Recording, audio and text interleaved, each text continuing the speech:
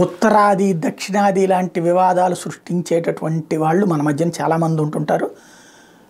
ఇదివరకు కులాల వారి విభజన అయిపోయింది, మతాల వారి విభజన అయిపోయింది, వర్గాల వారి విభజన అయిపోయింది, ప్రాంతాల వారి విభజన అయిపోయింది. ఇప్పుడు ఉత్తరాది దక్షిణాది విభేదాలు సృష్టించాలనుకునే వాళ్ళు అంటే విభజించాలనుకోవడం చాలా సులభం, విభజించడం కూడా చాలా సులభం, కానీ కలపడం చాలా కష్టం. ప్రస్తుతం అట్లాంటి సందర్భంలో అయోధ్య రామాలయ నిర్మాణం టైంలో కొంతమంది ప్రొజెక్ట్ చేసుకొచ్చిన తిరుపతికి దెబ్బ, దక్షిణాదికి దెబ్బ ఇట్లాంటివి మాట్లాడుకొచ్చినట్టు సందర్భంలో అయోధ్యకి సంబంధించి ఏదైతే ఈ రోజున రాముడి విగ్రహం ప్రతిష్ఠించారో ఆ విగ్రహం తీసుకెళ్ళింది కర్ణాటక నుంచి ఆ శిలని, అట్లాగే చెక్కింది కర్ణాటకకి సంబంధించినటువంటి కళాకారుడే. అదే సందర్భంలో మన తెనాలి దగ్గర, ఆంధ్రప్రదేశ్లోని తెనాలి దగ్గర ఉన్నటువంటి ఒక ఆయన యంత్రాన్ని పూజించి ఇచ్చారు.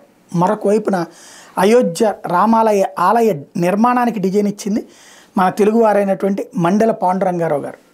అదే సందర్భంలో ఈ అయోధ్యకి సంబంధించిన మొత్తం యాక్టివిటీని పర్యవేక్షిస్తూ మొట్టమొదటి నుండి ఇవాల్టి వరకు పర్యవేక్షిస్తూ వస్తుంది కోటేశ్వర శర్మ గారు, తెలుగువారే.